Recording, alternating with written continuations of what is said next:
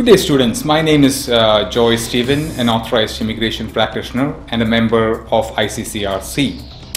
I have visited several Canadian institutions over the past few months and met with many students, and I would like to take this opportunity to give some clear track for students on achieving permanent residency based on the current regulations.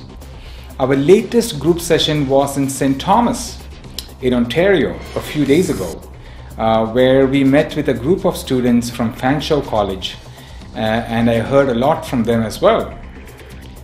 Okay, I believe there is a misconceived perception that PNP are always easier than CEC, which is a federal program. In this information release, I will do my very best to provide you with some information on the major PNP programs as well as the federal CEC program so that you can choose on whichever direction you would like to go. I would also request the international students who watch this video to inform your friends or your fellow students on social media so that they may benefit from this information. First of all, let us talk about CEC. What is CEC? Let us explore and evaluate your eligibility under CEC. CEC, or the Canadian Experience Class, is a federal program which provides a permanent residence track for anyone who has worked in Canada for at least 1 year in a skilled trade. The golden word is skilled trade. Now, if students are able to get into the skilled trade with their postgraduate work permit, then they would qualify as well. However, students have to keep in mind that you can apply for permanent residence only after you have obtained your full 1 year experience in the skilled profession. So students who study for a 1 year course and you work in a skilled trade for 1 year, by the time you become eligible to apply for permanent residence under CEC, you will have to leave Canada before your postgraduate work permit expires. Therefore, it is always better to take a course with more than 1 year study in Canada. Students who have taken only 1 year course in Canada, you may want to take another year's course to become eligible for more postgraduate work permit time. However, some of you may have only a year postgraduate work permit. You may still apply for permanent residence and wait in Canada until you receive the outcome of your application if your employer is willing to provide you a work permit. This may not be a problem if you have done a good job and your employer feels the need to hire you. Students who have full-time positions and would like assistance in speaking to your employer, you may want to speak to our offices in Toronto or Vancouver, and we may be able to help. Now, the second option, if your employer is not willing to give you the work permit, is for you to look at your eligibility under the FSW program or the Federal Skilled Worker program. Then you can apply for a bridging visa which will allow you to stay in Canada until your FSW processing is complete. This option is only available for students who is eligible to apply under the FSW program. Now, the third option is if you're married. If you're married and if your spouse has an open work permit, an employment arrangement with the employer or a bridging visa can be explored. So please speak to your authorized immigration practitioner and they will be able to come up with some kind of a solution. Under the Canadian Experience Class, you need to make sure the following two factors are definitely met. Number one, you must have at least 1 year of work experience in the following NOC skill type. It should be skill type O, which is managerial jobs, skill type A, which is professional jobs, or skill type B, which is technical jobs. Technical jobs like cooks, like automobile mechanics, etc. Now, the second rule which you must qualify for CEC is that you need a minimum IELTS requirement. Okay, if you had worked in NOC A or O, you need CLB 7. That is, you need 6 in each band of IELTS. If you worked in NOC B, then you only need CLB 5, which is 5 in listening, writing and speaking and 4 in reading. English language requirements are not a demanding, as most of you would have got a 6 or 6.5 in your IELTS, and I don't see that as an impediment. Let us now discuss PNPs, and the first province I'm going to talk about is Saskatchewan. Saskatchewan seems to be a very popular destination for students, and many students have expressed knowledge of someone who has gone to Saskatchewan and obtained permanent residence under the PNP or the Provincial Nomination Program. I, on the other hand, being an immigration practitioner, had heard several stories of my clients going to Saskatchewan and being let down. Here is the regulations when it comes to Saskatchewan PNP.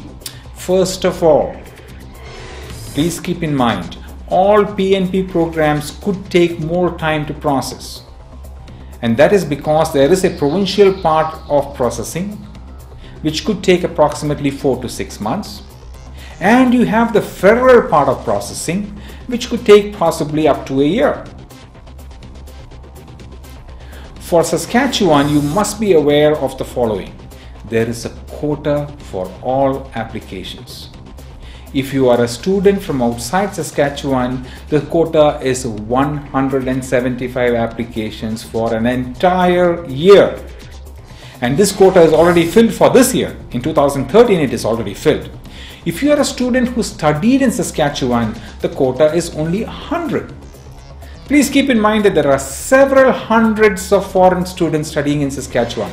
The quotas are limited. Students who are hoping to go to Saskatchewan must be warned that the quotas for international students from out of province is currently full, and quotas for in-province is quite limited. Now, application intake thresholds as of July 22nd, 2013, and these are the intake thresholds. Here are the categories. We have the application quota, and we have the remaining applications left. Okay, the categories is students. For out of province graduates, the quota is 175. The number of applications left is 0. For students who are Saskatchewan graduates, there are only 100 applications in the quota, and you only have 27 left, and 100 I believe is a little on the lower side. So now that's about Saskatchewan. Now let's talk about Alberta. This is what the regulations say for Alberta. You are a recent graduate from a Canadian post-secondary institution and have a permanent full-time job offer from an Alberta employer in skilled occupation 0AB. Or if your Alberta employer is wanting to retain you on a permanent full-time basis, then you can apply for PNP in Alberta. This indicates that you need either an employment in skilled occupation, or your employer must be willing to retain you as a permanent employee. Now, both these cases, we already have options with the federal program. Now let us see the BC PNP. In the BC PNP, they say the program of study is normally greater than 12 months of full-time equivalent study. So they are looking for students who have studied for more than 12 months of full-time equivalent study. The BC PNP will consider applications for positions under skill level 0, A and B. Again, skilled occupation is required in BC. Employers must meet certain requirements to be considered eligible under the BC PNP. Well, for the BC PNP, you have one additional requirement, and that is the employer has to meet certain criteria of the provincial government. Again, it would be easier to go through the federal program, in my opinion, because the BC PNP also needs skilled employment, and the employer must meet certain requirements. Okay, now let us speak about Manitoba PNP. The Manitoba PNP says applications are accepted from international student graduates who have been working full-time for at least 6 months in the province and whose employer has offered a full-time long-term job offer. This is what the Manitoba government says on their immigration website. Manitoba encourages people who are currently employed in Manitoba and has been working for at least 6 months to apply to obtain permanent resident status through the Manitoba PNP. Indeed, applications from skilled workers currently employed in Manitoba receive priority processing. Such applicants do not need to have a friend or a relative who is an established resident in Manitoba endorse their settlement plan, nor are they necessarily required to meet the minimum for settlement funds. This is only if you have a skilled job. They also say this on their website. The Manitoba PNP is designed so nominees meet or exceed CEC or the federal requirements. Why you should move to Manitoba if your only goal is to obtain permanent residence in Canada? So I would think Manitoba would be a little more difficult than the federal. I would recommend the federal program and would encourage international students in Canada to attend one of the seminars in Canada on approaching skilled work offered by Provincial.